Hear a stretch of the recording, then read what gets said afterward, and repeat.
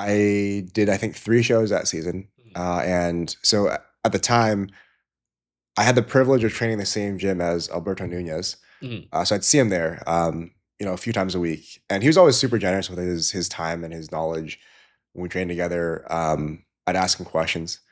And I remember it was either after my first or second show of the season.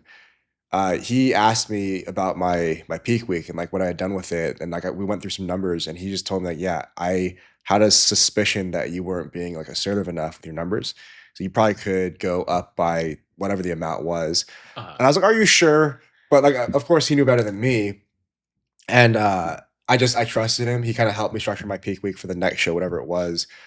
I think it might have been for my last show that season, which is actually the one where I won my NGA pro card. Mhm. I definitely looked better there than I did. I think it was only 3 weeks prior.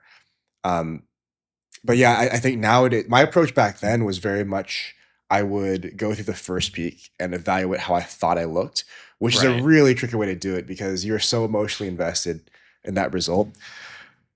Whereas the way he was going about it was more mathematical. It's like, you're this big. This is about how much you could probably store. Here's how we'd spread out those carbs over the week. Right. And I think that's a much better way to go about it because then it's really just, it's like programming or training. You're kind of just following instructions that you've already laid out.